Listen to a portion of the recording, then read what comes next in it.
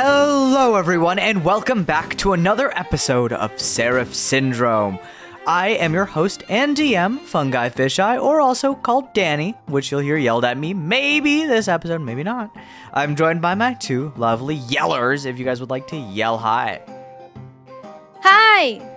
I'm Noelle. Oh. I play Stella Starweaver. Why you told me to yell? Hi! I'm Tiny, and I play Akia Selene. Oh, I'm scared. I'm gonna get you. Okay. I'm gonna get you. No! Like he doesn't put the pain into us. Like the fuck? Yeah. Anyway, let's get right into the recap. On the last session of Seraph Syndrome, our heroes continued their talks with each other. Arteno promised Akia that he couldn't allow her to meet Ravanair until talks are over with him. As a feeling of rage washed over her, assisted by the haunting of the shade, Akia called it a night right away and rested early. In the meanwhile, Stella stewed on the recent events, on her fears and what truly scares her. Igrim's cold and calculated demeanor. How quickly her life could have been ended by his brutality. Conveniently, Gully and Arteno entered another heated bout over the state of the party. As they asked for Stella's opinions, their moods flared again as they argued. Stella, hearing the opinions of Gully, sided with him. He knew that only Igrim could end his misery if the party couldn't, and that Igrim is the only way that he would feel comfortable in the party and continuing onwards with them. As they came to that conclusion, Gully made a promise. When they get Igrim, Gully will explain what he's been through. As the next morning came around, Akia and Stella shared a tender moment in silence before preparing to move onwards on their path through the mountain. And you guys stare down at an unbelievable depth, a spiraling staircase with carvings run through the stone.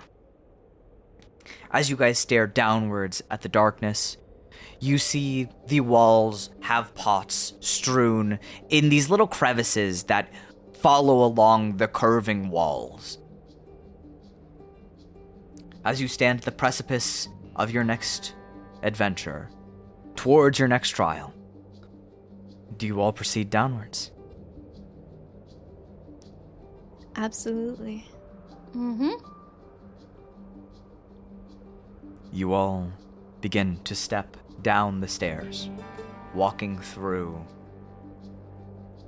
Your footsteps echo throughout the large and seemingly endless mountain. It feels like these chambers that are hollowed out. They're larger. It almost feels like they take up these giant sections of the mountain. As you continue to walk downwards and reach the bottom of the staircase, you see as you found yourself within an area that seems to be more for leisure. You can immediately make that out by what seems to be like giant pools made like a reservoir. You see that foliage from the outer world has been brought inside. Mosses grow at this almost what I would call a shoreline. You see towards opposite ends of this area, there are multiple ways downwards. There are like small benches that line the poolside, and overall, it seems quite peaceful in here.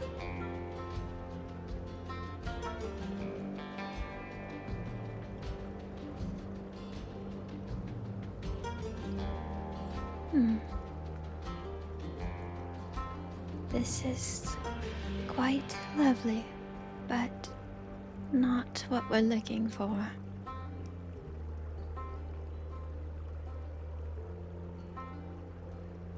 I suppose thinking that the castle was up here might have been a jump.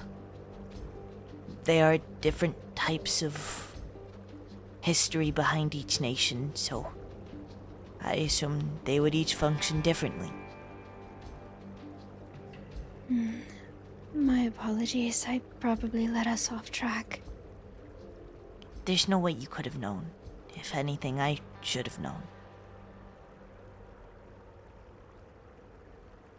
Well, it's okay. We can just keep looking until we find it.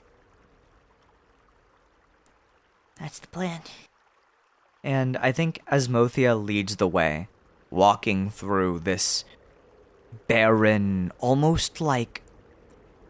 it almost feels like creepy solitude within here. Like, you could almost see the visage of people here, living lives that you can't begin to comprehend. There are places for people to sit, places for people to eat. There are designated spots for play. There's a shoreline. There's something to watch over the massive reservoirs that have been grown here. You see that water seems to constantly trickle downwards from the peaks, flowing into these reservoirs.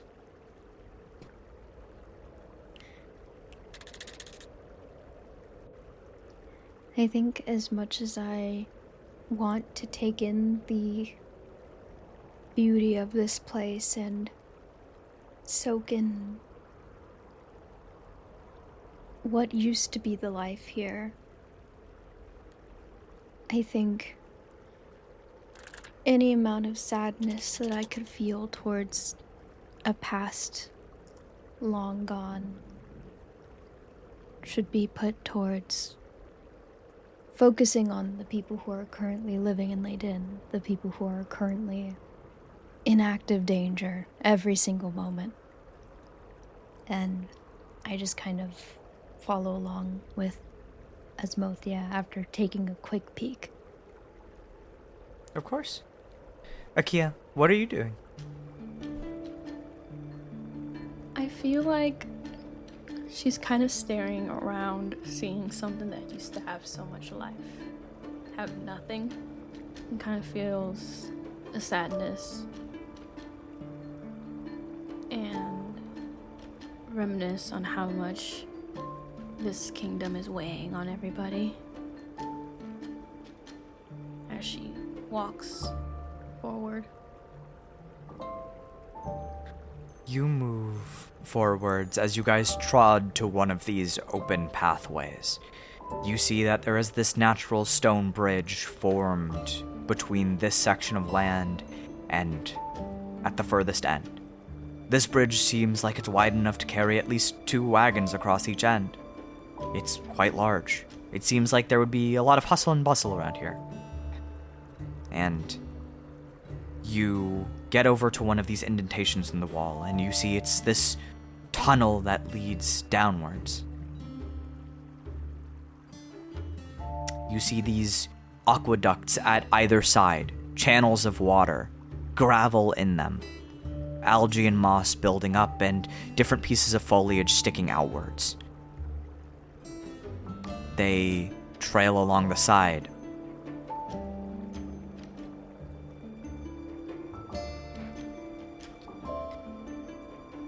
And you guys begin to travel through them. You guys walk down these pathways. They wind and feel like they are filled with culture that you can't begin to comprehend. The tunnel walls are covered in potsherds that are pieced together in this rhythmic way that, as you walk past them, Akia, I believe that you do not have dark vision, so you feel as you are starting to be swallowed by the darkness of this kingdom. This kingdom that feels almost familiar in the way it's built to your home. The darkness swells.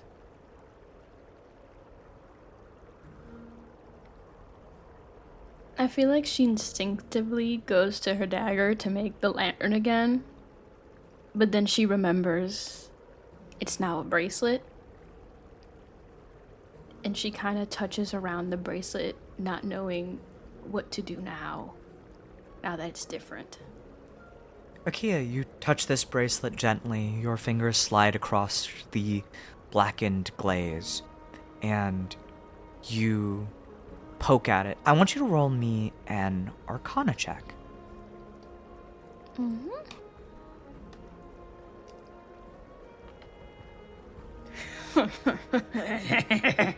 It's a 22. Ooh. Yes. First roll. This is a good sign. Please.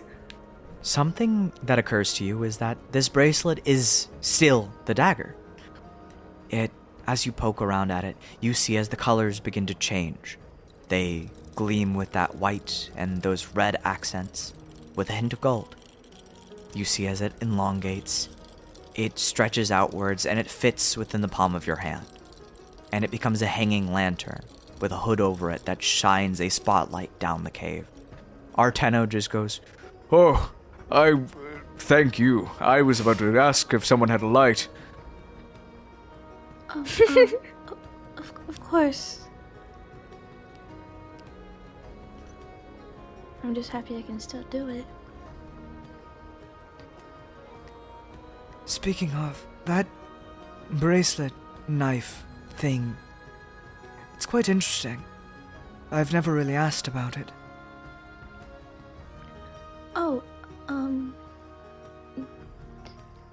it used to be a dagger that I had that used to belong to my father's. And then one day it turned into a bracelet. I don't know how or why. But it can turn to different things. That's how I can make the lantern whenever we need to see. Well, that is very interesting. Maybe if we have some time, I would love to take a look at it. If we have time, of course.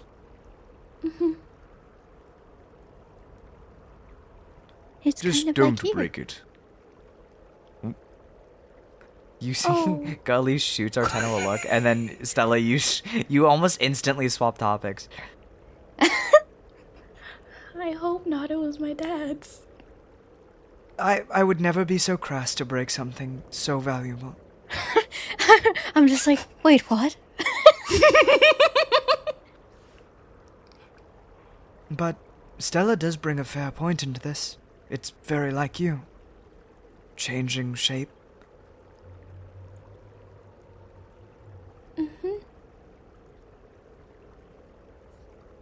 Yeah, I think so.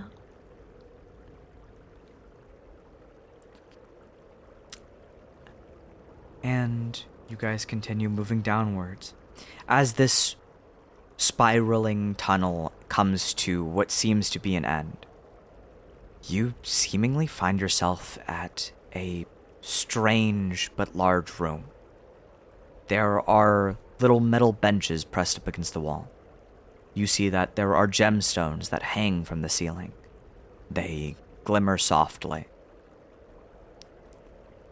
You see there seems to be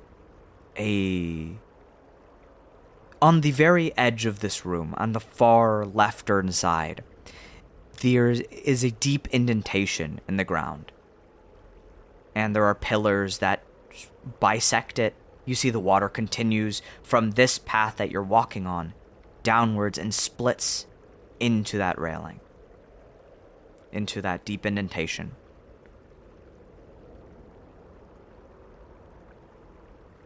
If you guys would like to roll me some perception checks, I would love that. Yes, absolutely.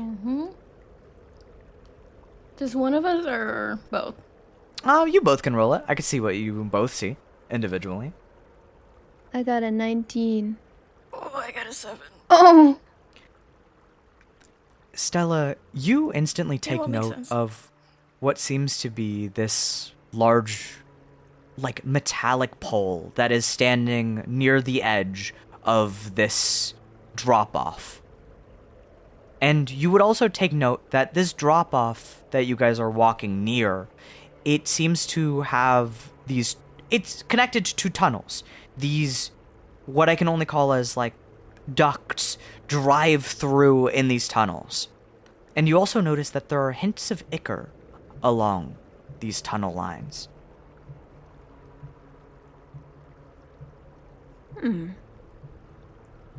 I kind of move closer to get a better look and just observe. There's ichor here.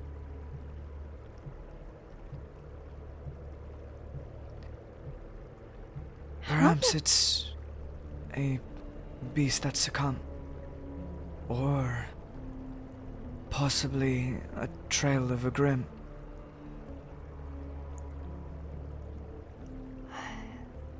Yeah, that is.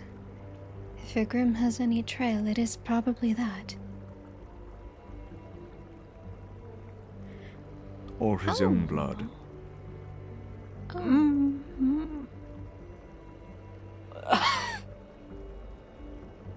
Probably unlikely, but could be.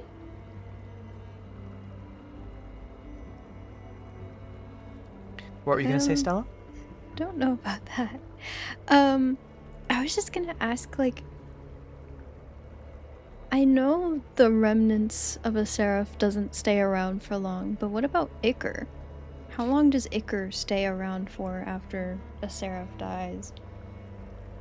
Stella, as you ponder what truly separates Iker from the rest of the body is, and how long it stays around, I'm gonna have to ask you to roll a history check, please. Okay. I'll let you do it with advantage because you've been around this. That's a 19. Ooh. With a 19, Stella, you begin to think closer on it. As you observe this Iker that has stained the railings, you ponder how long this truly lasts.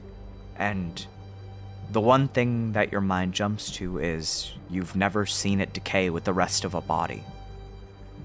The seraphic body seems to crumble away swiftly, but Iker lingers like a deep stain. From what you've noticed, sometimes it just never goes away.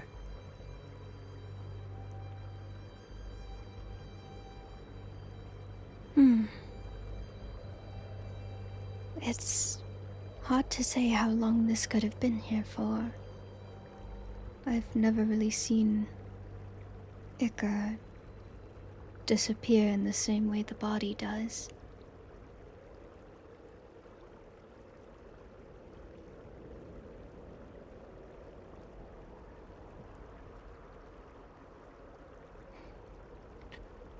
Well, yes, it would be pretty hard to tell. From what I know, Iker doesn't disappear very easily. Whatever it is, it can be washed away. But try not to touch it too much. Oh, no, of course not. You said there were 2 pathways, right? You see, I'm gonna give you it more directly. This is a part of a tunnel. You are standing on the edge of what seems to be a divot that leads into tunnels that run across and through this area. I see. And I would say, Akia, you would actually begin to notice that there are, and with your check, you would notice that there are signs leading through either side of this tunnel. She would definitely read them. As you look at these golden signs written in a language unfamiliar, you see as they restructure themselves in your vision. You see as the metal contorts and bends, this brass seeming to change ways. Towards the left-hand side, it says the Beetle Ways. Towards the right-hand side, it says the Necropolis.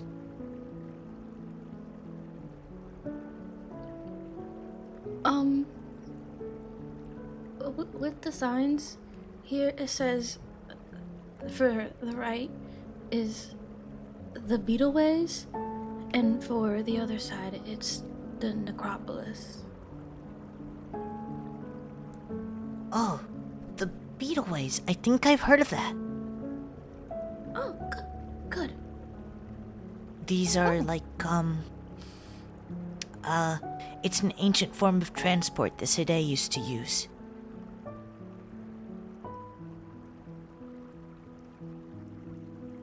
Oh, I see. perhaps that's where we need to go? I suppose so. From this stop, I guess we can go down to the Beetleways and then find our way to the castle from there. That sounds good. That sounds good. And you would notice that you guys have to jump down. It's like a 5-foot drop down into this tunnel. And I think, do you guys jump down? Asmothia is very keen to. I feel like, yeah. All right. I think I linger just for a moment. Out of curiosity, does the Ichor lead anywhere? Like, is there actually, like, a trail of it? Or is it just this one spot? With a 19, as you examine the Ichor a little closer and you begin to stare at it, you kind of can't discern exactly where it's going. And that's weird. You see, it's almost as if it is scraped and blurred across the sides of this railway. Oh. Okay. Well,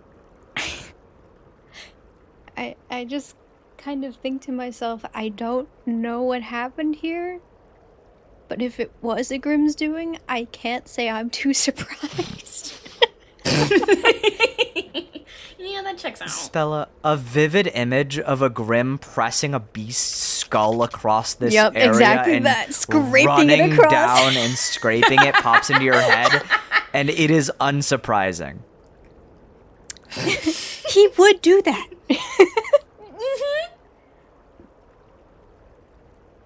As Mothia leaps down, you hear a small splash of water as they hit onto the bottom end of this railway. Or this beetleway. You see as each of you, one by one, drop down. You guys notice that the floor the bottom of these railways, these beetleways, are covered in a thin layer of water. It's this almost turquoise colored water that floods through the tunnels. You see as there is this small bit of gravel under your feet that you can get a good grip on. And you guys just trod through and wade your way across the tunnels, walking down the winding beetleways. It takes you a good bit of time to get there. You can now see why this would be that way. Yeah. You also do see that above, like on either side of these tunnelways, there seems to be a maintenance walkway. It's a little thin and covered in moss, but they glow gently. It's clear that it wasn't meant to be accessed by normal means, but there are little, like, platforms on either side. Mm.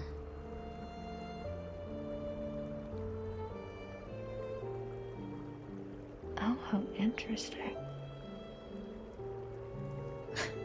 I think a strange thought just popped into my head.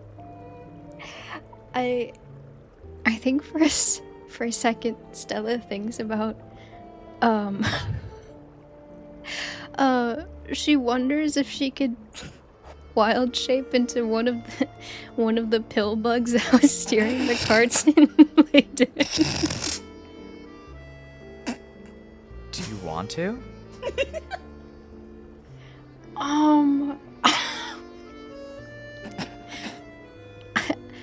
Would that help? I don't know if it would.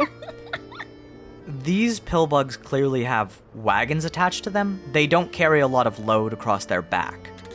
Yeah, so no. You wouldn't really be able to assist anyone, maybe like Asmothia? That's it.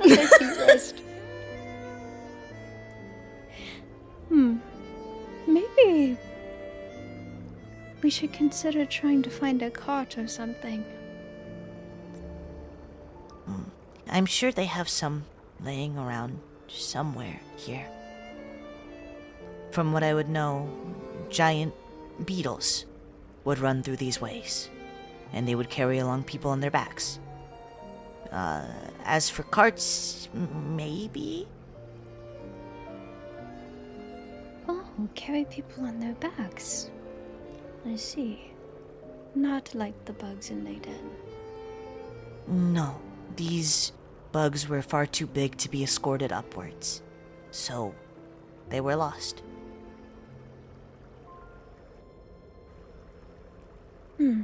I see. Well, at least it could be helpful to make the journey across a little shorter. Asmothia thinks to themselves for a second. Man, I did learn a lot in school. They're so smart! Exactly! They feel a sense of pride. Good. But you guys walk down this tunnel. You hear distant scraping, chittering throughout these caves. There are echoes that kind of permeate around you, along with the smell of water. It's the smell of water, like water that has been running for a long time. Not stagnant, but it's there. You also get these... You do notice that across all of these tunnelways, there seems to be this intricate potsherd patterns across the walls. They look beautiful. And Akia, they would stand out to you the most. You would see that there are a variety of colors and shapes here. It is almost hard for you to recognize it because you've only known clay to be that terracotta color. But since Leyden, you've met with the exotic, like, black and gold clay, and even clays of different colors now. You can see glimmer in her eyes as she's staring at everything, and she's so mesmerized, she kind of goes to, like, grab it and feel it. I think you definitely can see, like, a loose shard from the wall, and you absolutely can pull one, and you grab I will roll for this. Gimme. Ooh. I would say Good you sound. roll one that is more of like this kind of pale purple tone. You see flecks of obsidian within. Ooh. She's just looking at it and just being completely mesmerized by how it's so different to how she's used to. You stare onwards at it, mesmerized. You can guess that maybe you'll be able to make something of your own of this. Eventually. Yeah. She just happily puts it in her pocket and then continues walking forward. Absolutely. You pocket the potsherd, and you guys continue to move downwards. As you reach the end of this walkway, you kind of feel your feet start to drag as time has elapsed, and these walkways are not kind on the feet. They are covered with these small little pebbles and rocks that definitely leave some strain on the heel. However, you guys see a small difference within the upcoming tunnels. You see as they begin to branch out, and you definitely feel the room begin to get bigger around you.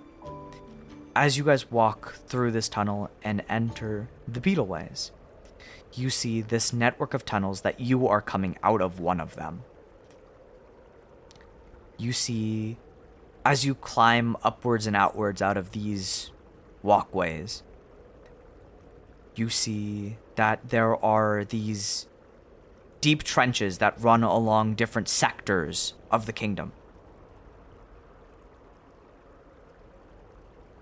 And you see this giant, way larger room with not only a place where all of these beetles presumably make a stop to pick up passengers, but also little signs. You see that there are mantles across each of the walkways, and you even see that there's a whole other archway on the opposite wall that leads out into a big and expansive area.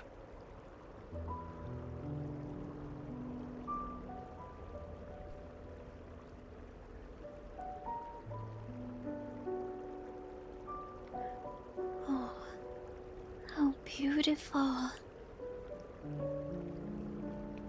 It really is.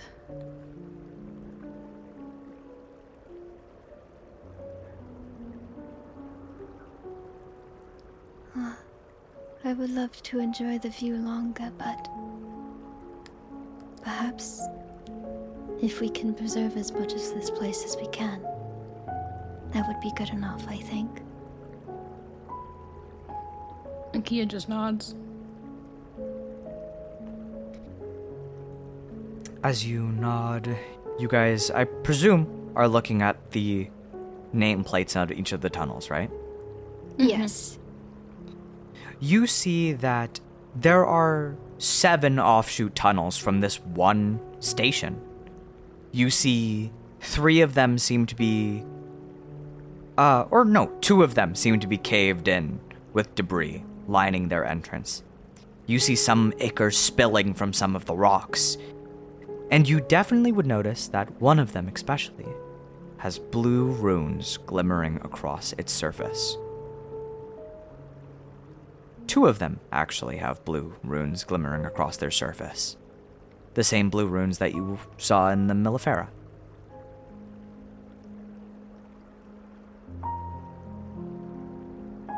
Akia, as I presume you're going to read out these signs, you see one of the signs that bear these blue sparkles is labeled the Clay Quarries.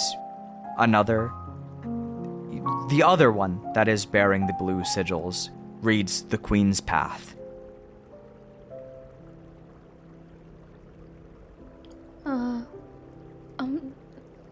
The 2 signs there, one says the Clay Quarries, and the other one is the Queen's Path.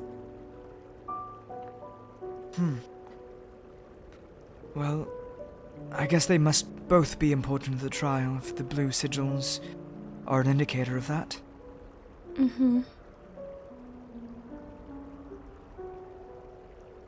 Akia, which one do you want to take a look at first? Which of these blue runes? I feel like it's a little obvious she's gonna pick the Clay Quarries. She saw clay and she's like, clay!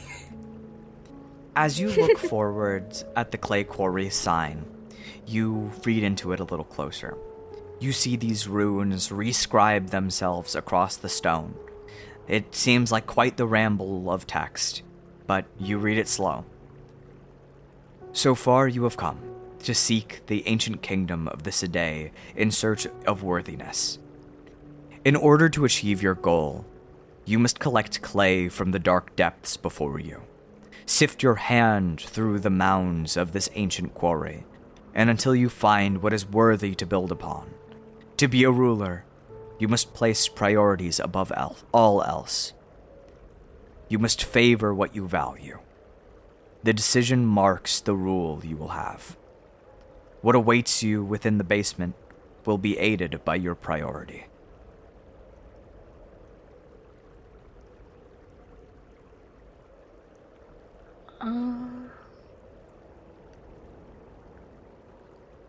In the Clay Quarries, it essentially says that whoever is going forward with this trial has to go down into the quarries and pick out a worthy clay to build on.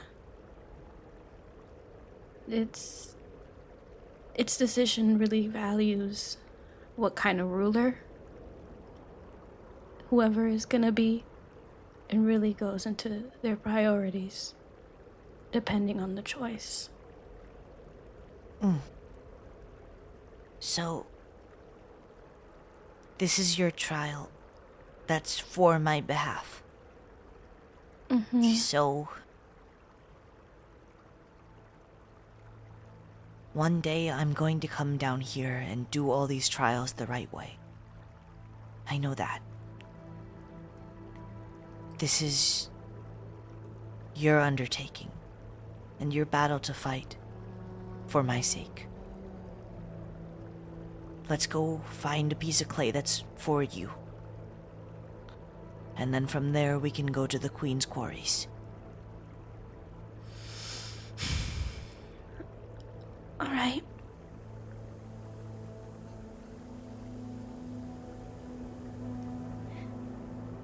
As we're here, I think I just look at Akia's face to try to discern how she's feeling right now. Akia, you can... Stella, roll me an insight check. And Akia, you tell me what that gets Stella. You can just describe her face if you need.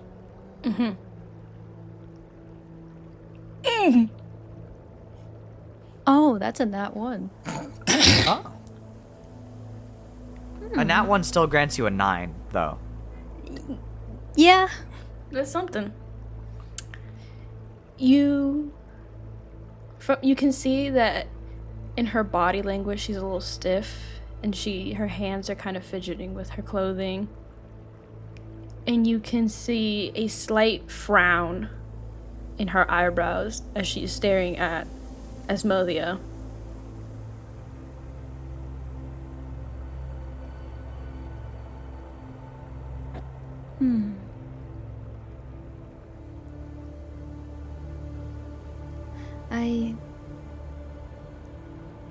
I kind of step in front of Akia and I just lean over in front of her face and I just go, "That means we're coming with you."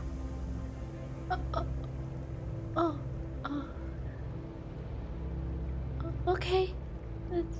That's good. Well, let's go pick out this clay.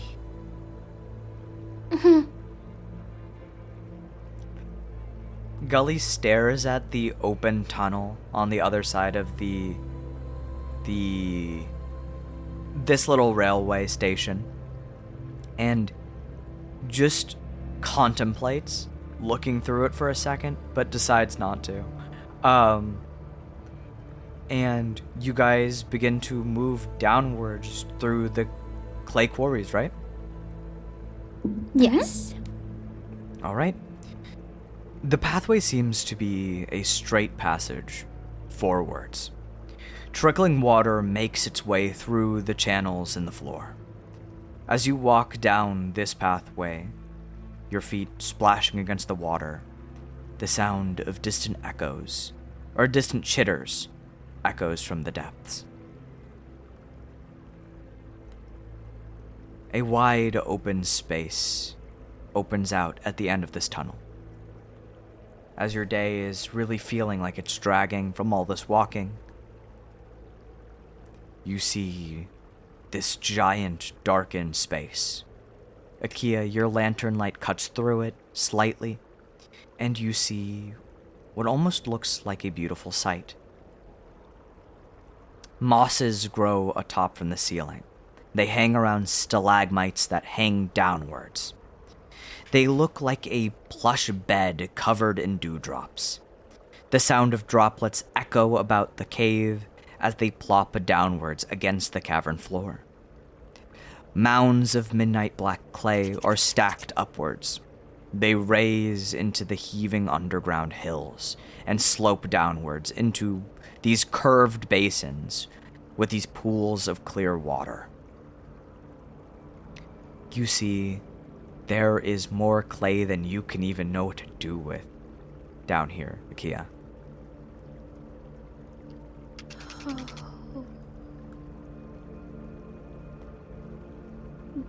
There's so much.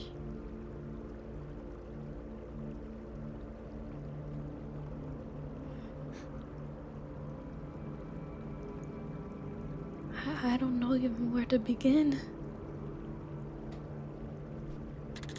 Let's just try to find one that suits you. Whatever calls out to you, really.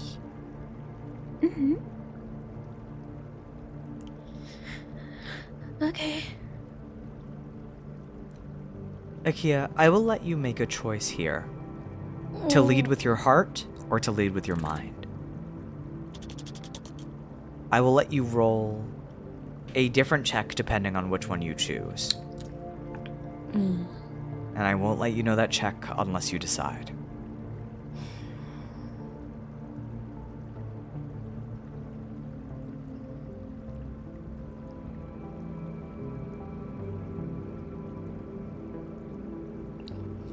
She's gonna go with her heart. You look for the clay that suits you, using your heart. Not using your wants or your desires or what feels like it would suit you the best. You follow your heart. I'm going to have you roll me. I will let this be I'll have this be an perception check, since you are following your heart and you are letting it guide you.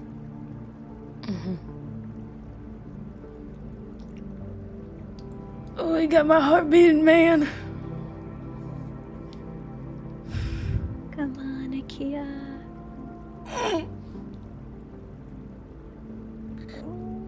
Akia, you lead with your heart.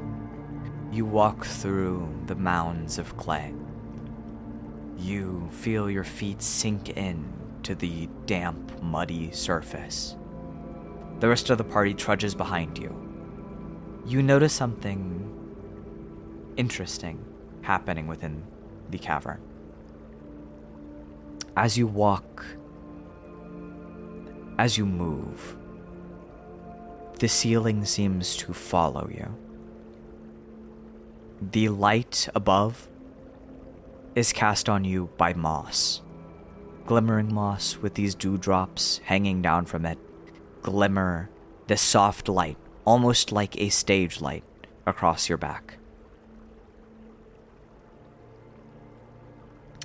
You move forwards, following your heart, following your mind.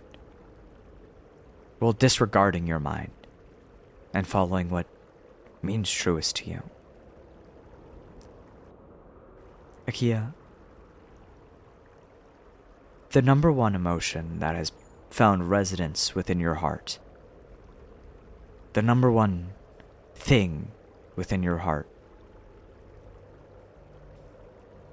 is something that scares you more than you are willing to admit.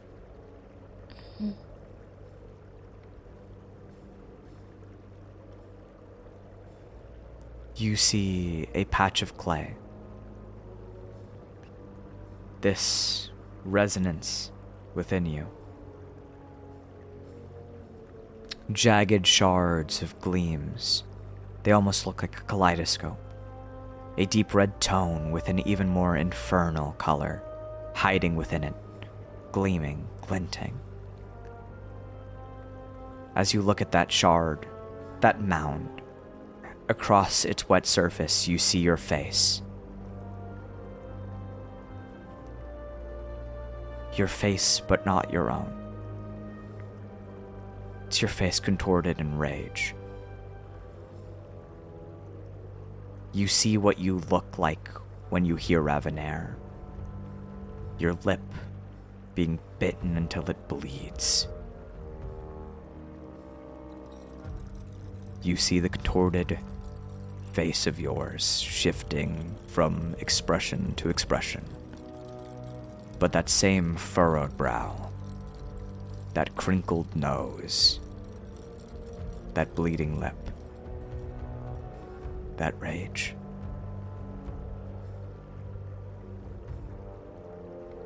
But next to it, you see something alluring. A sky blue clay. Clear, gentle.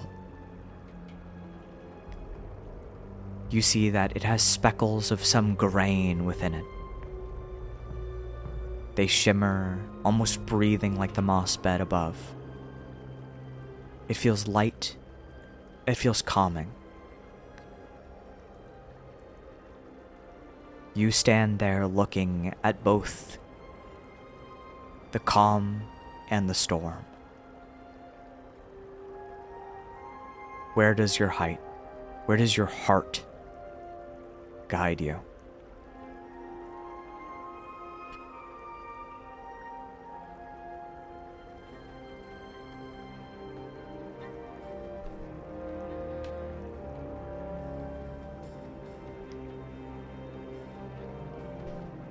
She kind of just stares at it, feeling a little bit of shame on how she looks, how she saw herself in the clay.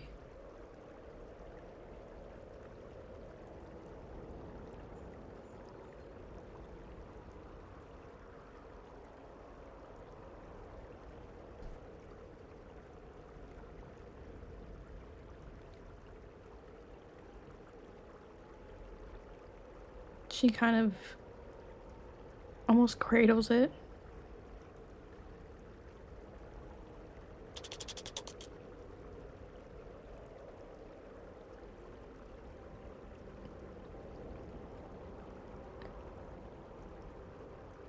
This one.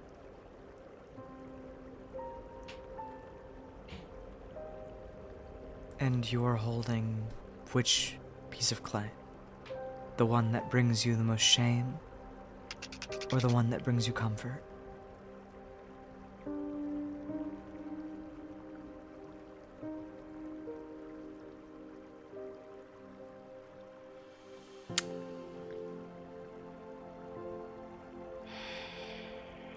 The red or the blue?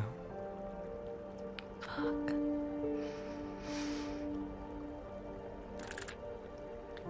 You seen a finger from your peripheral. It points a gnarled, twisted hand towards the rage, towards your greatest shame, towards your only goal, towards what consumes you.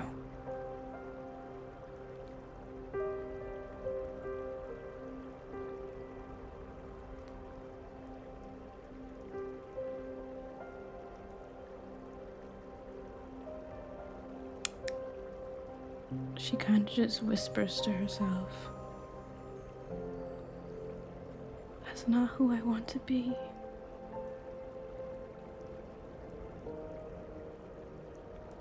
That's oh so who you are.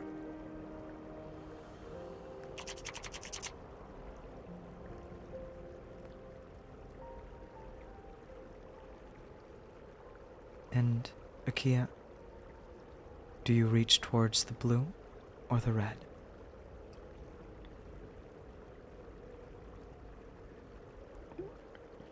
She just kind of says it out loud without thinking. She doesn't realize. She just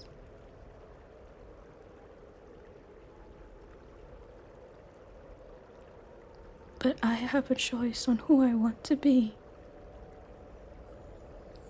And she grabs the blue. Yeah, you pull the blue. You hold it tight within your hand. And you grab what you perceive to be just the right amount. Asmothea calls out to you. All right. I suppose that's it, and we're good to go. She kind of just snaps out of what she felt like was a trance as she was staring at the stones. And she kind of just whips her head at them. She's like, "Oh, this one. This one's the one." As you choose who you want to be over what you are, you hold this sky blue clay in your hand, and you hold it to your party members. Oh, let me see. Oh, how pretty. I love the color.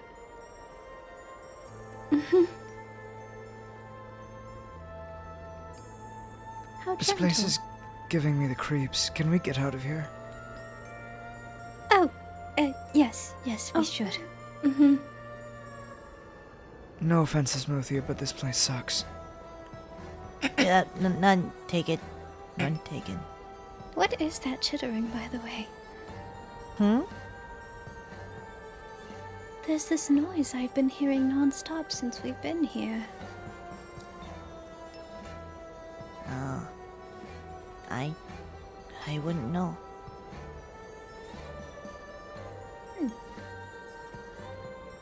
I can only wonder then.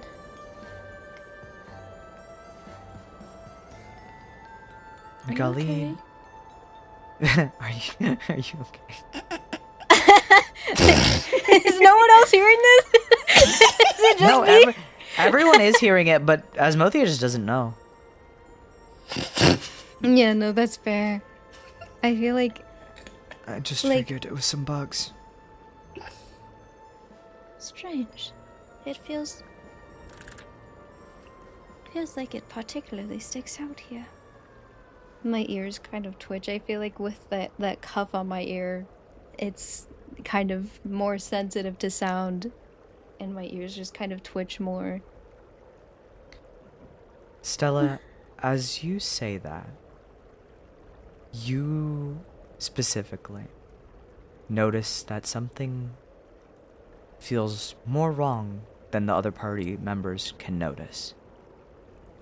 You see as a bit of dust flakes off from the ceiling, and before you can alert anyone, something drops down on Akia.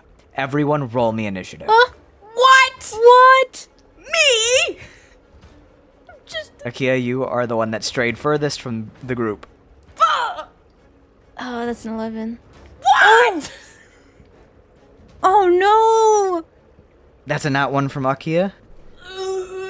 That is an 18 from Asmothea. Asmothea! You know what? Get it. 7 from Gully. Alright, starting the combat, Asmothea is the first to react. Asmothea goes, Oh goodness. and Asmothea, goes to dive and tries to save you. I'm going to let them do this, before you get attacked.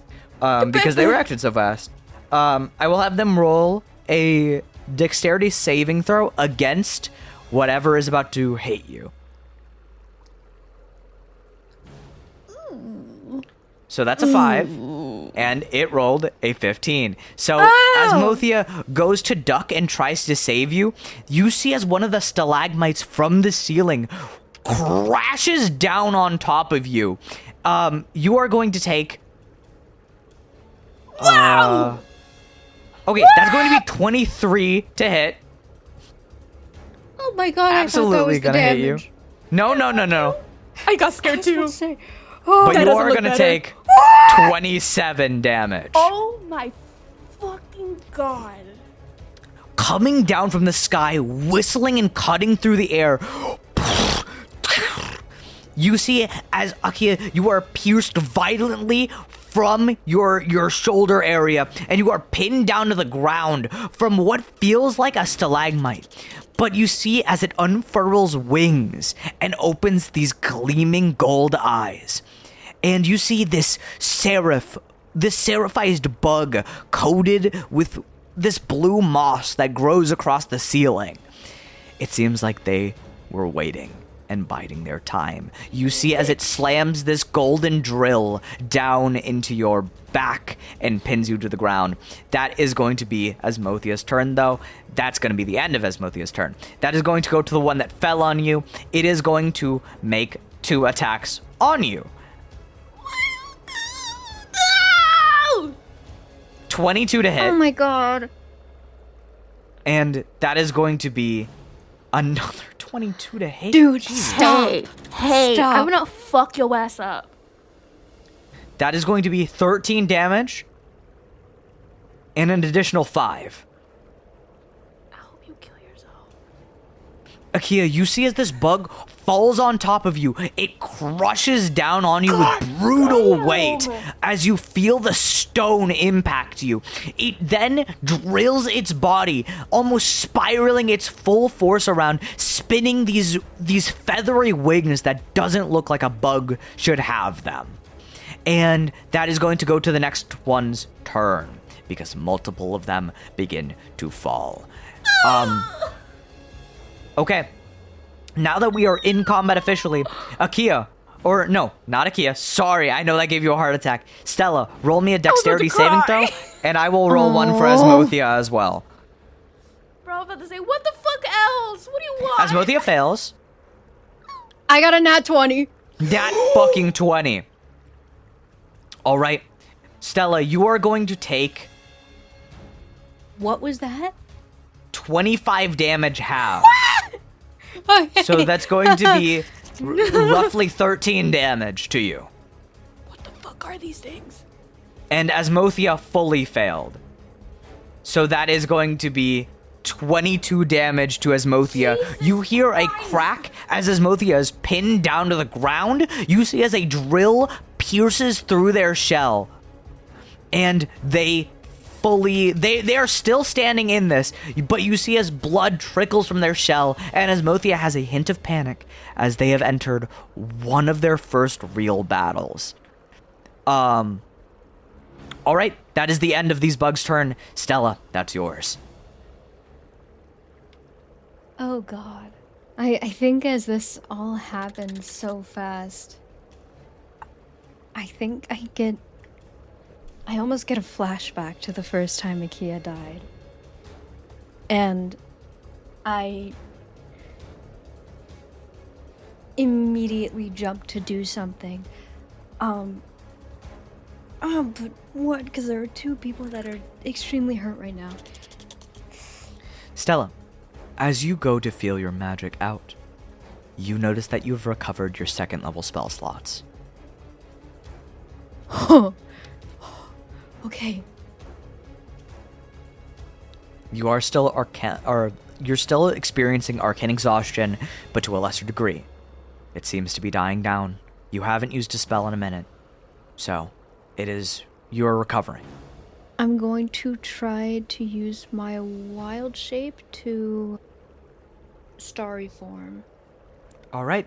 You begin to glimmer with the energy of the stars. Stella, your eyes begin to be taken completely glowing. They feel like a spotlight looking around. They're overtaken by stars.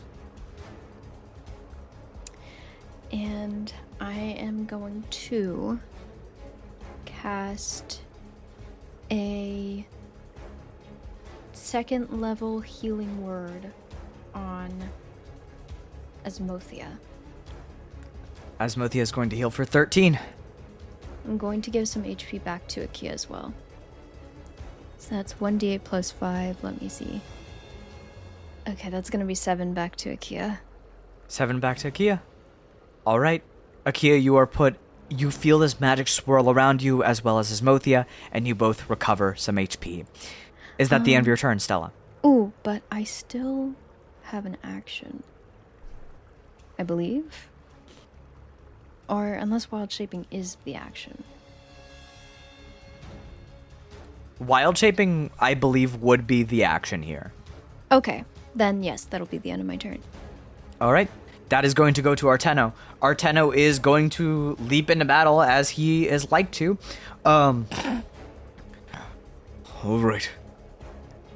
These ones, they do not seem like a joke. They are far fiercer than the Seraphs we fought before. Or at least the Wormlings. Arteno rushes forwards and tries to pierce at them with a rapier. You see their stone-like shells repel his rapier, and you see as it wobbles back and forth in his hand as they completely deflect the attack. That is going to be the end of Arteno's turn. That is going to go to Gully's turn. Gully is going to roll his saving throw. He's going to roll his intelligence saving throw to see if he can stay safe. I will let you know now. DC is going to be a 13. That is a 12. God. Gully loses himself in a fiery trance. You see, he looks at Akia. He sees her bleeding out on the floor for a minute, and his eyes go cloudy. He is instantly overcome with this face that screams fear. He begins to sweat violently as he looks around at enemies around him. And you see, as Gully is going to immediately burn a 3rd level spell slot and fire a guiding bolt at the enemies before him. That is going to be a 22 to hit one of these exalted mineral bugs. And that is going to be 19 damage. You see as a chunk of burning debris is blown off of the back of its shell. You see as it spills ichor across the clay, mixing in with the water, swirling and diluting.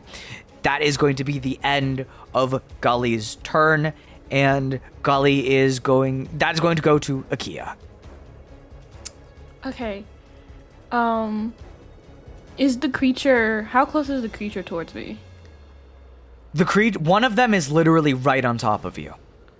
Gotcha. Perfect. She is going to use Chill Touch on the creature that's right above her. So she's probably going to grab onto, like, their leg and use Chill Touch. All right. You grab onto its you grab onto this horn that's actually piercing you. Mm-hmm. All right. Roll to hit.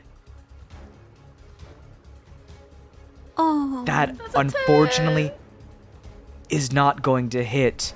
You see as this creature pulls back with this mighty strength as it lunges itself into the air, almost as if it's flying towards the ceiling to dive down again. Motherfucker! I still got a bonus action, and in my bonus action, I'm gonna use Healing Word on myself.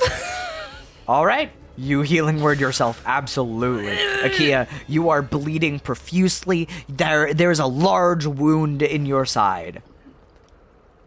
Take it. All right.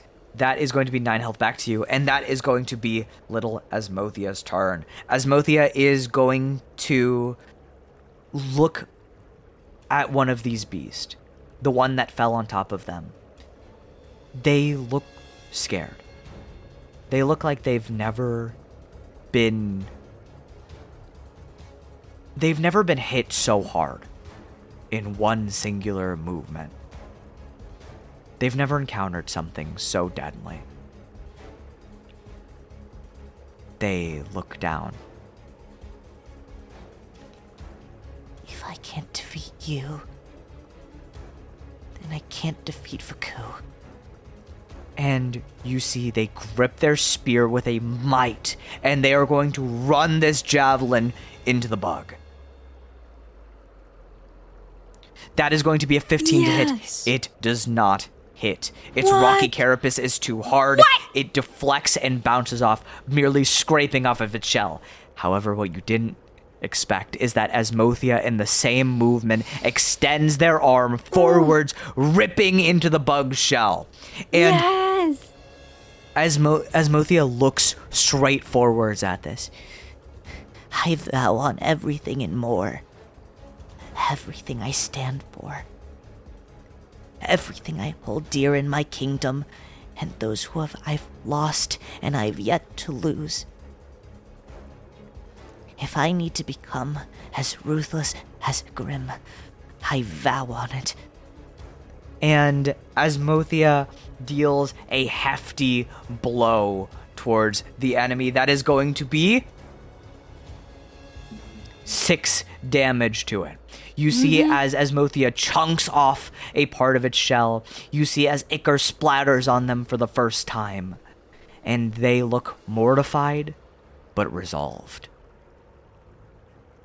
Yes, that is going to be the end of Asmothia's turn. And the bug that was attacking you, Akia, is going to roll to hit against you again, as it is currently locked in mainly on you. All right. That is going to be the first attack is going to be a 14 to hit. Fuck! And the second attack is going to hit as well. That is going to be 5 damage to you on the first attack, and 9 damage to you on the second attack, Akia. Okay. You see as it swoops downwards, almost like a bumblebee, it drills into your body, boring holes into you as it wears you down. That is going to be the end of its turn. The next one is going to roll to hit against Stella. It doesn't even view Arteno as a threat. That is a nat 1. That is an 8 to hit. That does not hit. And its second to... Wow. No! That is a critical hit. Stella, you are going to take... Oh. Okay, you're only going to take 8 damage. It only does 8 damage with the crit. And that is going to go to the one that Asmothea just struck. It is keeping away from Asmothea for a second. It's going to... You see as it lunges in the sky above Asmothea and tries to rain down an Ichor shower on Asmothea. That is a 3 to hit. That does not hit. But it does hit on the second attack with a 21. That is going to be 5 damage, followed by an additional 6. You see as it drops a part of its Ichor, it forms into a drill, hardens in midair, and slams against Asmothea's back. Asmothea's wings block it as best as they can, but it still pierces through. That is going to be 11 damage total. That is going to go to your turn, Stella Starweaver.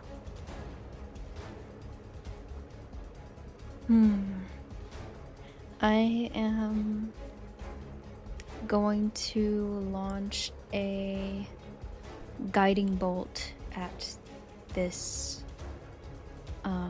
Wait. No. I'm gonna focus on healing. This creature doesn't even exist in my eyes right now. All right. So I'm once again using a 2nd level healing word on Akia. You call out these healing words to Akia. You send them over to her. You see as they swirl around with this cosmic energy. How much do you heal her for? 14. All right. Akia, you get 14 HP back. And then Oh, Stella, my love.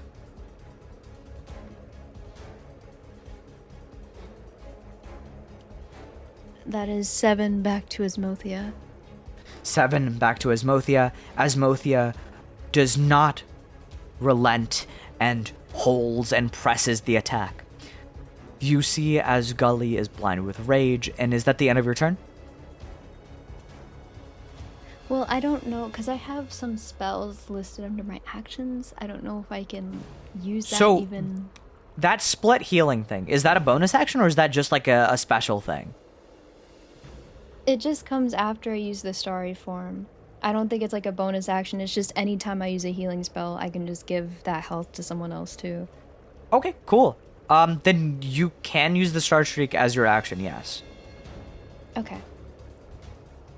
I'm just going to attack one of these beasts. That's a 23 to hit. Stella, the Star Streak warbles with this immeasurable force. You see as a field of gravity warbles in it as it seems to compress something deep inside. You fire it out, lancing it at one of these beasts. Which one are you attacking? The one that is currently interfering with you? Yeah. Okay, roll damage. That is 11 force damage. 11 damage, solid. You see as it slams against the shell of this beast. You hear a crack as the ichor around it begins to splatter outwards across the clay. And that is the end of your turn, correct? Yes. Arteno assesses the battlefield for a moment. We can't really leave right now because we have to make it out of here with Gully. It would be wise to avoid the fight entirely, but we are backed into a corner, to say the least. And Arteno grunts as he goes to throw another attack at their way, which just barely hits. That is going to be 4 damage to the exalted mineral bug that is flying over Akia. That is going to go to Gully's turn. Flying into this rage, he has no regard for his magical output. You see as he charges up another devastating attack. However, you see as Gully goes up to one of these beasts and grabs it with his mechanical arm, or tries to. Alright, he is going to target the one that is closest to him, aka the one that is near Stella. It is going to have to roll a Constitution saving throw. That fails. Ooh. Oh You my see- god! Gully grabs this beast. He clenches onto its shell and he just goes, "No more. I have the power to make what I want happen, you beast!" And Gully cracks his fingers through its shell and begins to peel its organs out. You see as he grabs onto golden organs, spilling it across his own body like a savage animal. That is going to be the end of Gully's turn. That is going to go to your turn, Akia. Gulp. Gulp. Clutching my pearls. Like, ooh. Since the beast isn't on top of me anymore, it's now in the sky, right? It is in the sky, yes. Gotcha. She is going to do an Eldritch Blast at it. All right, roll to hit. No! That was almost an 18. That was almost an 18. That was almost an 18. I'm gonna kill myself. I'm gonna kill myself. I'm gonna kill myself. I'm gonna kill. Is this a sign that I picked the wrong clay? Is this a sign?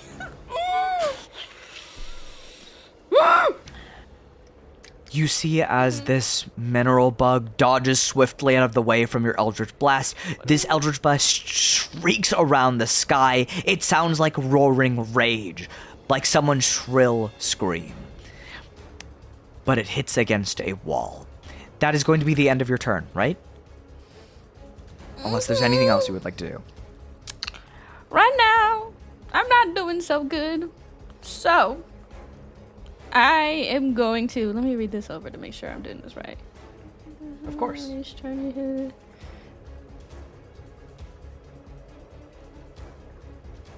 Okay, I'm just going to do it so I have it.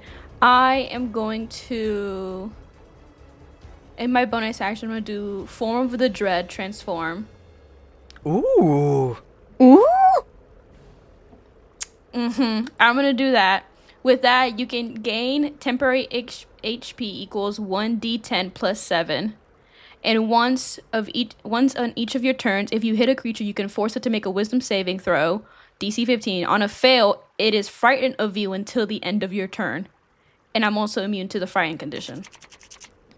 Akia, as you use Form of Dread, Oh no. Everyone around you. You all notice, even in the midst of battle, a sinister presence towards your side. You all glance around. Your eyes land on Akia. Wreathed in shadow. Wreathed in darkness. You see a smile creeps across her face. Almost like a mask overlaid on her real face. Ooh. Akia, you stare forwards at this enemy and begin to try to instill fear, great fear, into it. This shadow magic wreaths around you, spirals around your hands, moving about them. As this magic swirls around Akia, you see across her missing eye a purple sigil begin to form. All of you, you see a monstrous shade of a figure with pink hair standing behind Akia. It's tall, lanky, and standing behind her at all times. It looms its long, malformed hands over her shoulders, and it cracks its neck sideways, twisting fully upside down. You hear the cracking of bones, and it lets out a giggle. You can see me. Akia, what would you like to do as you take on your form of dread?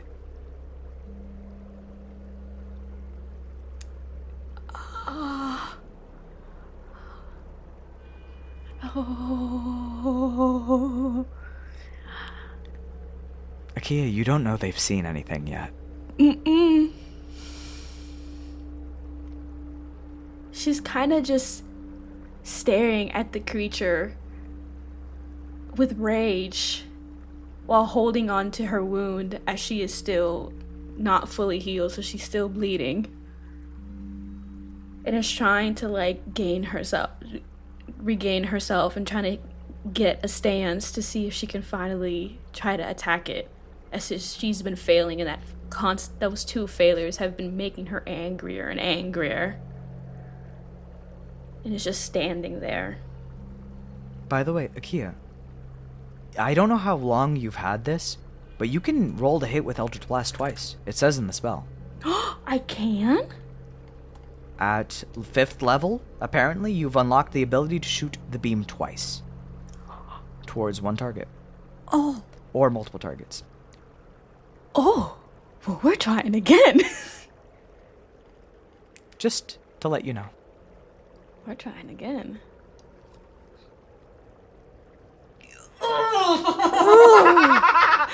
That's a 26 to hit. Akia, this is nothing new for you. You've always seen the shade of Ravenair interact with you as you cast spells. You see as it moves its hands, glides them along yours, guiding your hands, pumping your hands full of sinister magic. You fire this lancing beam outwards at this bug that's been irritating you, this thing that's been filling you with fury. Roll your damage. Mm-hmm. Oh, that's 13 damage. Ooh. 13 damage. You lance the streaking beam of sinister, chaotic energy forwards. It lances into the bug. It cracks into its shell. You see as it begins to splay open, golden ichor splashing against everything in its proximity. Is that the end of your turn, as you are wreathed in shadow? Since I have the form of dread, any creature I hit has to make a wisdom saving throw to see if it's frightened by me into the end of the next turn. Of course. That is going to be a 5. As the DC's 15. You see as this Seraph begins to display a behavior that is abnormal. It begins to almost go completely still. It's not reacting in a way that fear would normally make someone react. Something react. It falls onto the ground like a piece of stone. Is that the end of your turn? Mm-hmm. That is going to go to Asmothia's turn. Asmothia looks onwards at Akia and the figure behind her and feels an innate fear.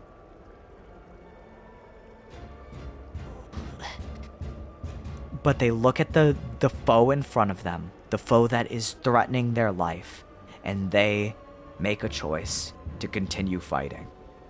That is an 18 to hit. And that is a 13 to hit. So only one of these hits, that is going to deal 4 damage to the Seraph right in front of it. Asmothia launches one spear into it.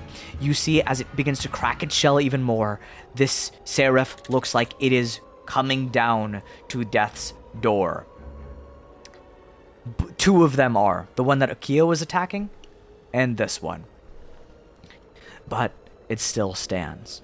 Asmothia's blade shakes on the second attack as it feels the presence of the Shade of Ravanair looming over their shoulder. That is going to be the bug that was attacking you, Akia. It is currently paralyzed from some unknown reaction. That is going to be the end of its turn. That is going to go to the next one. The next one is the one that is attacking Asmothia. That is going to be a 10 to hit, which does not hit Asmothia's armor class. It is going to roll again. That is going to hit with a 22. And it is going to deal 7 damage straight to Asmothia as it punctures into their shell. As they look away and look at Akia with these eyes that are clearly scared, this bug gets a sneak attack on Asmothia. That is going to be the end of its turn. The next one is going to attack Stella Starweaver. The first attack is going to miss with a 9. This one is still alive? Yes. 2 of them are still alive. Or all 3 of them are still alive. Oh. That's a dirty 20. Was that...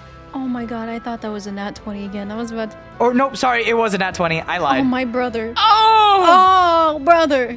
Wait! Wait! Baby! Wait! 12. That's going to Wait! be... Wait!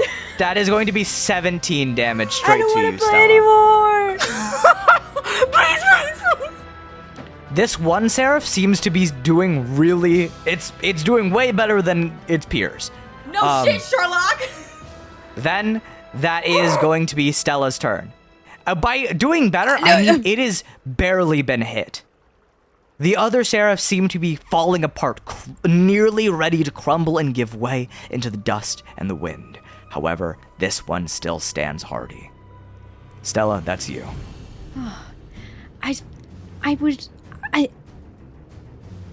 I just feel like I've been looking around so much. First at Gully's horrifying move, and then Akia and the figure of Ravanair, just like, what is that?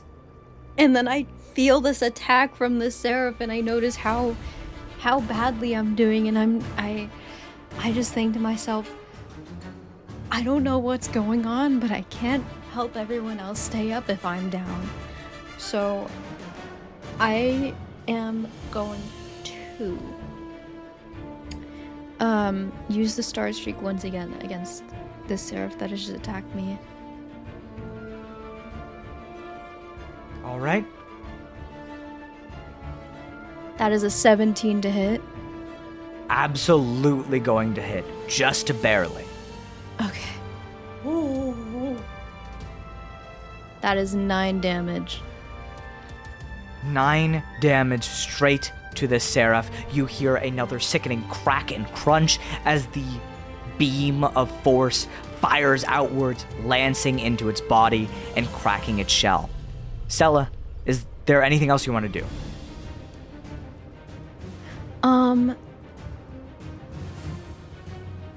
This actually kind of leads me to a conundrum. Can I use Healing Word on myself? Yes, you can. Of course you can. Okay, cool. I've never seen anyone do that before. Well, because normally someone would cure wounds and then attack with their bonus action, but you do you. Yeah, I did it because, girl, I needed to. Don't worry, I didn't look it up. Healing word of myself. So real.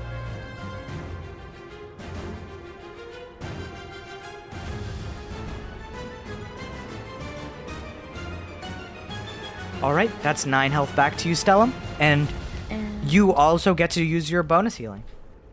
yes. I think I'm also gonna use that on myself. All right, go ahead. You notice that the rest of the party does seem to be doing well at the moment. Go ahead, girl. Oh. All right, that's going to go to Okay. Arteno's turn. Arteno is going to... Arteno's really frustrated because he has not been hitting. He is going to roll to hit one more time. That is a nat 2. Arteno... You see as Arteno is a very lucky guy. And Arteno is going to use a luck point. And he crits. You see, Arteno goes forwards. He almost misses his attack. He clutches up. He springs forwards like he's about to dive like Foxy from FNAF towards this bee, this mineral bug, and that is going to do 12 damage as he Oh my lunges God. violently at the one in front of you, Stella, completely jolly by old man. accident, and he skewers the rapier through the cracks that you've been making in its body. I know that's what I'm talking about. He pulls the rapier back out, looks at the ichor on it, and he goes, "You better be viewing me as a threat now." And that is going to go to Oh. Gully's turn. Tenno. He thinks God, to he's so himself, fine. Wow, that I almost fucked up big time. I almost fumbled. that's an inside thought, though. But that is going to go to Gully. Akia, you are next up. Gully is still in this furious rage-like state. He's going to whip around, and he is going to continue ripping the organs out of this thing. It is going to roll a Constitution saving throw.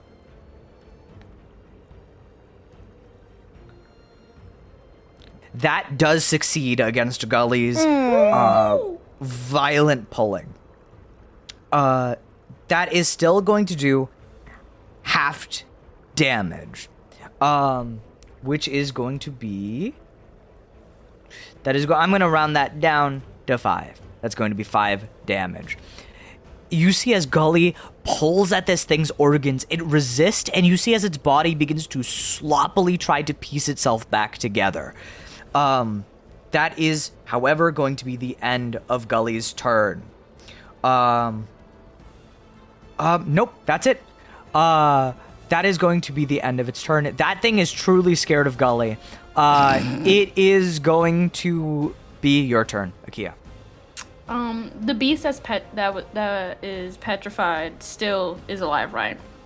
It is still alive, and you will have advantage to hit.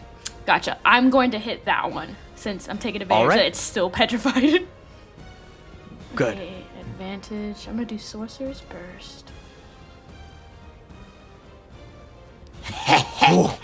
Absolutely hits. Get fucked, you funky bitch. That's what you get. And damage. Where is it? Okay, there it is. I'll take it. A 3. 3 damage. It creaks and rocks back and forth as you hit it with this massive burst of magic. But it seems like there is a flicker in those Icarus eyes that are still alive. Just barely. But it has to roll a wisdom saving throw. I was about to say. Fail! That was almost a nat Yes! 20, but Fuck you. that is a 2 and a failure. It remains paralyzed. Asmothia tries to pry their eyes away from what all of you are doing currently, besides Stella, and Asmothia breathes deep. I can do this. I can do this. I can do this. I can do this. For my kingdom, I can be grim. And Asmothia is going to lunge downwards, peeling into that creature's body, dealing 5 damage, and you see as Mothia's spear rends through its organs, That's my princess. dealing a pretty hefty amount of damage. And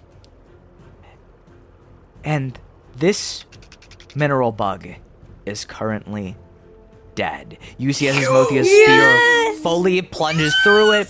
You see as its body begins to crackle, and as Mothia's breathing heavy over its this country.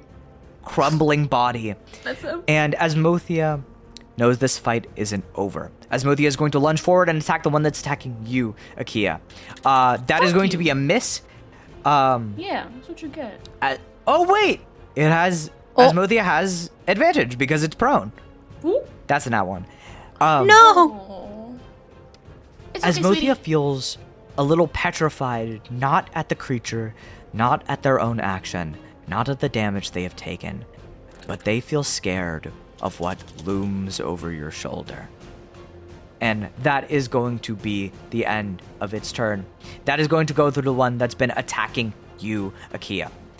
It is going to roll to recharge something that fails. It is going to try to shoot at you because it is keeping its distance from you. That is 21 to hit, Fuck you. and that is a 7 to hit. So only one of these hits. That is going to be 1 damage plus... Is that 1 damage both times? That's 1 damage both times! Yay! Yes. So you take 2 damage. And My health is 21. this is going to the one that is going to attack Stella Starweaver. It almost recharged its hefty drop, but instead it is going to whip around and try to attack Arteno, because Arteno is currently injuring it very heftily. That is a 21, or that's a 12 to hit, and another 12 to hit, both of which do not meet Arteno's AC. And that is going to be the end of its turn. You see Arteno like a matador. Arteno pulls his green coat to the side, and he just barely avoids it as it punctures holes through his coat. And he just goes, "Oh no, that was my favorite coat!" I was about to say, that was a fine ass move. I take it back. Turned off. That is going to be that is going to be Stella's turn. I like silly. Okay. Oh, we know.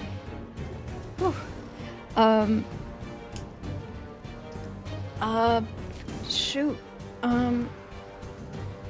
I am gonna use the Star Streak again against this one that is attacking me. Or All right. was attacking me before. Roll to hit. Okay.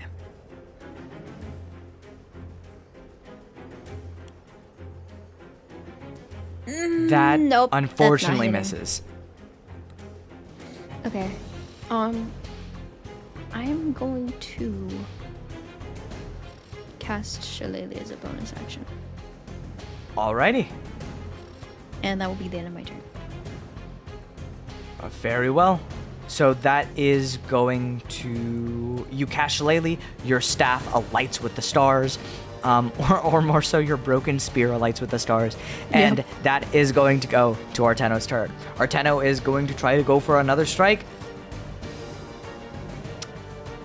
That's a 10, and he is going to use his other luck point. Fair enough. That is a 16, which doesn't hit. You see as Arteno stumbles back for a second. He swirls his coat over his shoulders again. He poises himself promptly and tries to launch a swift attack towards the mineral bug. You see as its hard scale repels Arteno's blades.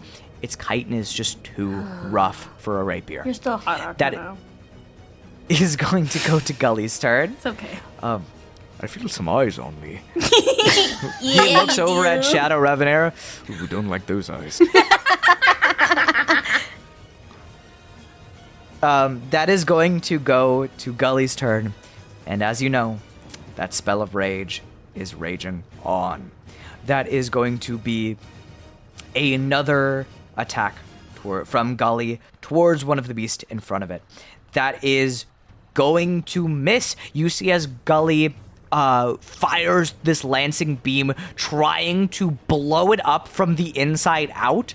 However, it does not land. You see as the bug pulls away, clashes against the clay, and kind of dodges under Gully. That is going to be the end of its turn. Akia, that's you. I kill. I'm gonna do Eldritch Blast. All right. Roll to hit. This thing is very near death.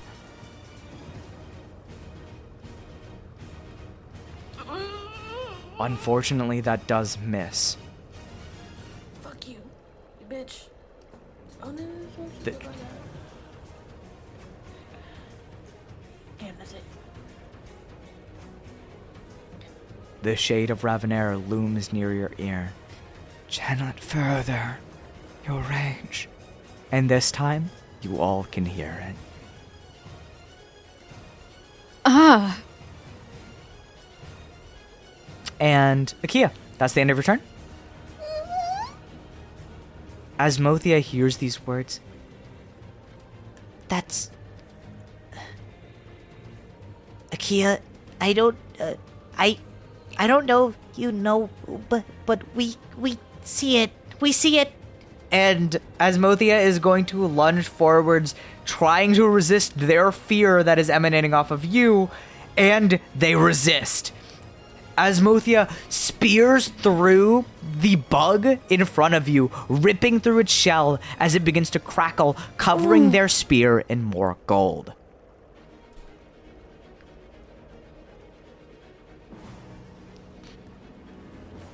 As Mothia breathes heavy, That thing behind you.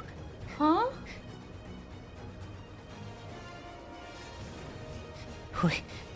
There's a monster. and that is going to be the end of Asmothia's turn. That is going to go to the last exalted mineral bug. That it is going to go to strike Arteno a bit more times, parrying his rapier away. That is going to be a 15 to hit, does not hit Arteno, and that is going to be a 19 to hit, which absolutely does. That is going to be 6 damage straight to Arteno. You see as he tries to parry it with his rapier, but it is just too thin of a weapon. It plunges its stinger deep into Arteno's shoulder, and blood gushes outwards. That is going to be the end of its turn. Stella, that's you. All right. There's so much going on, and I'm trying not to get distracted, both because of the horrifying figure standing behind Akia, and also Whoopsies. kind of being on guard of what Gully is going to do after the battle is over. But I tried my best to steel myself for right now, and I'll ask questions later. I'm going to use Shillelagh on the bug attacking Arteno. All right. Roll to hit. That's a 24. Oh, absolutely hit and roll that damage. I know that's right. 19 damage! 19 damage. You crash this staff into the side of its head. You hear a starry boom that echoes through the cavern. Your star fire burns across its shell and severely weakens it. Damn, this bitch still kicking. I know! What the heck?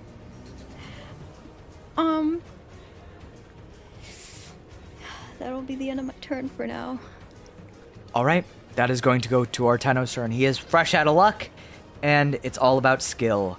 And that is going to be a miss. Arteno. Oh, buddy. You see as the shell of this thing continues to repel his rapier, Arteno briefly thinks about replacing a weapon, and that is going to go to Gully's turn. Gully, in this stupor of rage, you see as he whips back, contorting his body to look at the Seraph that is attacking you. And he lunges at it, and it is going to have to roll a Constitution saving throw.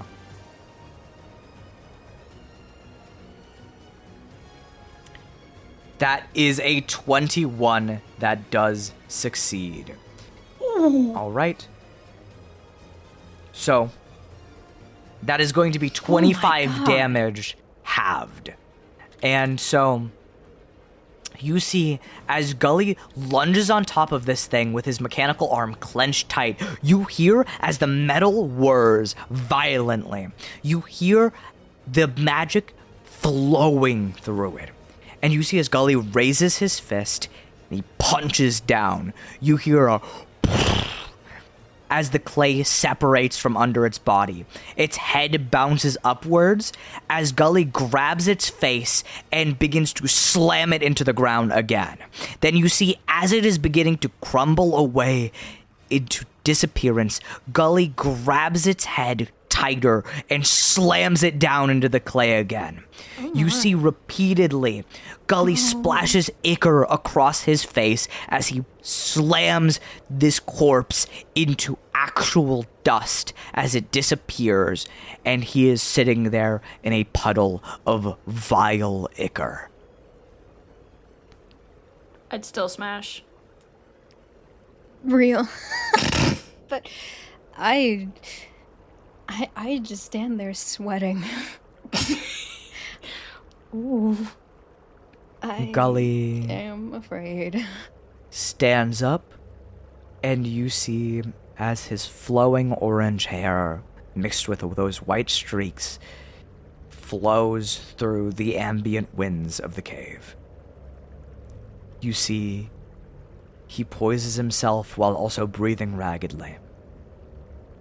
This fight is still going.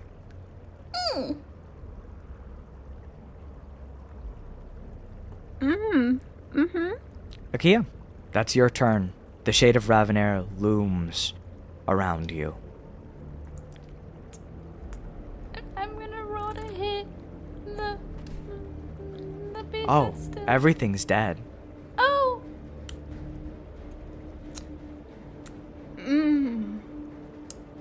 She's just... This threat still looms. And Shadow Ravanair looks towards Gully. That twisted grin across its face, sickening to look at.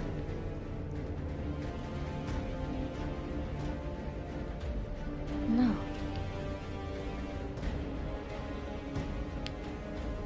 That's my friend.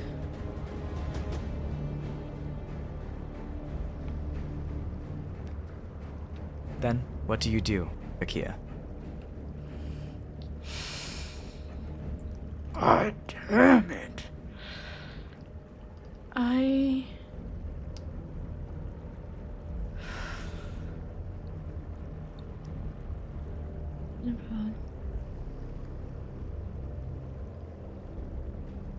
Okay, I'm reading a spell right now.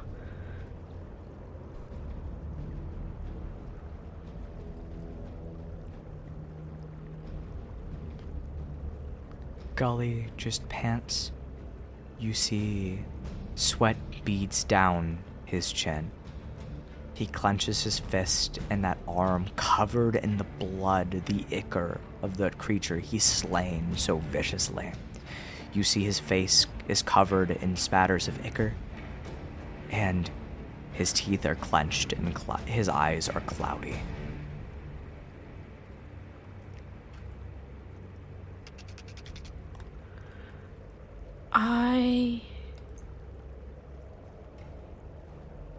I want to cast Confusion. All right. It's a gamble, but at wisdom least saving throw. 2 of them. Forget it! That is a 26. I'll let him roll with disadvantage because he is impaired. But You a bitch. that is a 25. Fuck, I should have done that one instead. Okay, it's okay. I should have done good. You see as Gully has this almost necrotic aura around him. A sickening aura floods around his body.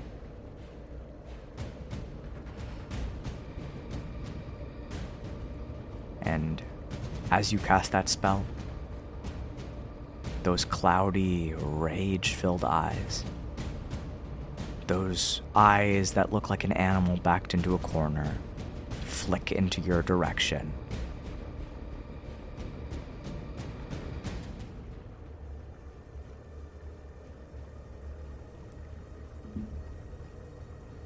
Is that the end of your turn, Makia? She just stares at Gully with visible concern in her eyes.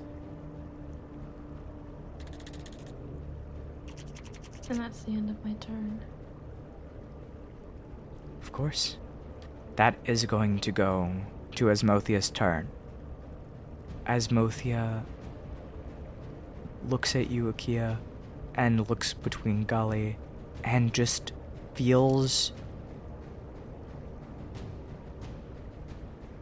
You see as Asmothia just clenches their fist around their staff, around their spear.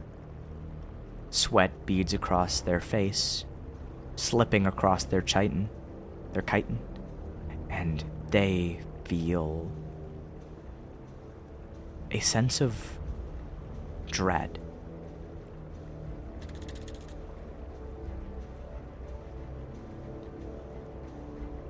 Akia, I don't know if you're doing it on purpose, but maybe you should put that away.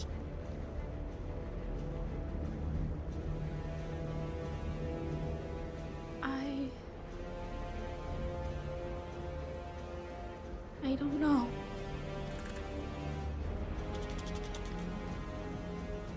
I didn't even know you guys could see him. We couldn't see it until now. And your whole appearance is changed right now. It's scaring me, and it might be scaring Gully too. She flinches at Asmothia saying that it's scaring them. And Gully. And she kind of just looks at herself. In one of the puddles of clay, you can see your reflection. You bear a face that is extremely similar to Ravanair. The Shadow Ravanair.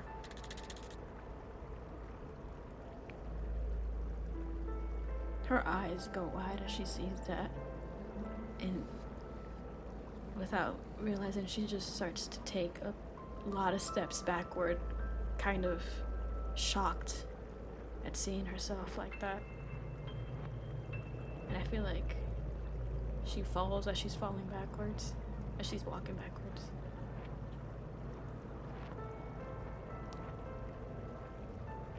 You almost crawl backwards out of fear of seeing your own reflection, of seeing that face that torments you on your own. And that, I think Asmothia looks at Gully, but they clench their staff further, not knowing what to do here. That is going to go to Stella's turn.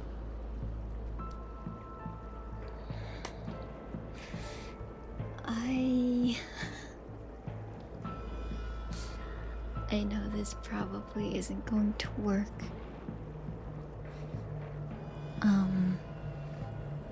But I think instinctually, now having the ability back, I think Stella is going to try to cast Hold Person on Gully. What is the saving throw on Hold Person? Wisdom 16. That does succeed. You see as these astral chains, the same ones that you had to use to pin down Ardell and Ubel after the transformation, they crawl up from the ground, stake themselves tight, and they pull against Gully's limbs. You see as he is forced to drop to his knees, and his arms are pinned down to the ground.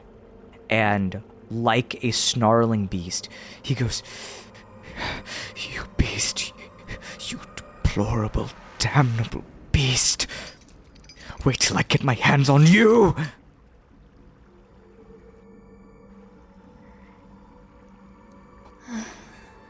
I'll Sorry, protect darling. them! And Gully slams his head down on the ground and tries to break free from the chains repeatedly. Is that the end of your turn, Stella? Yeah, I think, I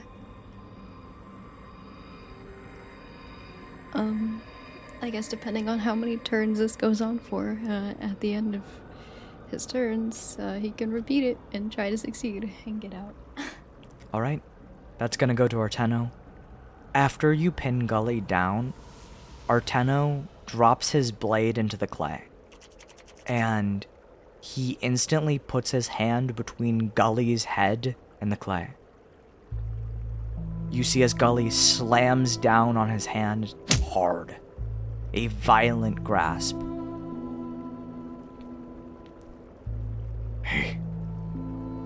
Hey, buddy. I know you're in there. Now, just snap out of it, okay? We have to prove Igrim is wrong. You have to prove that you aren't a monster. And Arteno is gonna roll a persuasion check. Ooh. That's a 21. Ooh. That is going to be the end of Arteno's turn, and that is going to go to Gully. Gully is going to get to roll with advantage.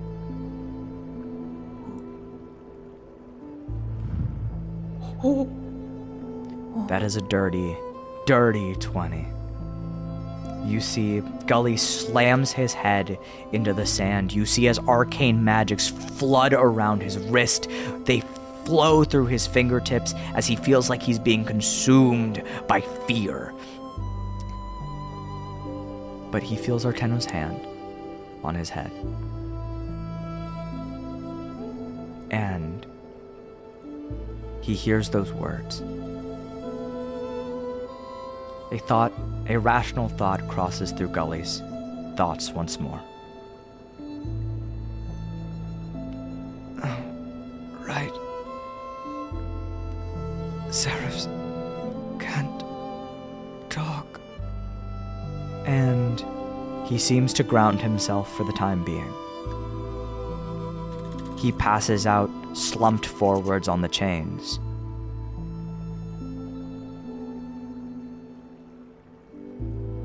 You see his arms are held upwards while his head is down on the ground. His legs held tight and bound by chains. It seemed like that did the trick. Ow. That really hurt. I think if he went any further, he might have split his skull.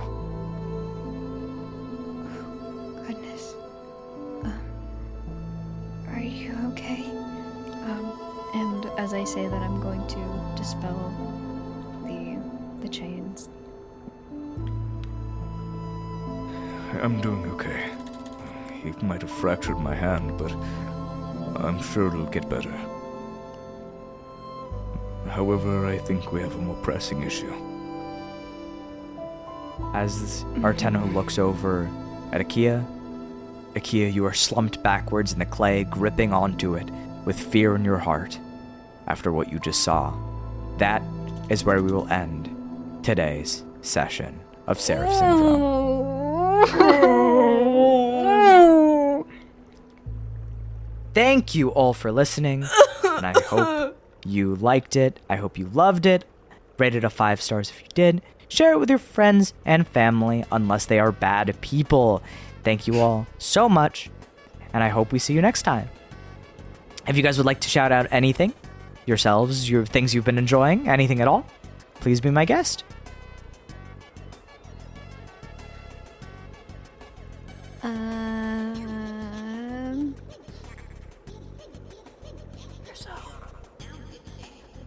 I think people know who I am by this point. Fruit Gummy, FR00TGUMMII. It's Fruit Gummy on every social media platform except some stupid one like, I don't know, MySpace. Thank you. MySpace? Follow. Go kill him on Artfight or something. I think that's gonna be It's long over. done. It's so over. gone. Yeah. It's so done. All right. Lena. I'm still in shock. Me too. I watched The Odyssey. It was great. Great Not- film. I love that film. Great film. Adaptation, not so well, but it's a good film either way. It was still beautiful. My take is that it would have been like 5 hours long if it was a good adaptation. Yeah. it would have been. The Odyssey has so many things that happen. The only way for you to do a good Odyssey adaptation, it has to be a series. It has to be a series. They would have to chain you down to fucking actually make you sit in that theaters for fucking 7 hours to get through it. It's a 20-year journey. A lot happens. A lot happens. But it was a great film. You should watch it. It's amazing. Great film. Beautiful. Loved it. It's beautiful. I'll shout out Gintama. I fucking love Gintama. This Gintama's mangaka great. makes me laugh and smile, and I revisited all the intros the other day, and it was just fun. It was fantastic. I need to rewatch it. Thank you all for listening. See you next time. Bye. Bye. Kill your adversaries. What? Oh, okay. And the recording.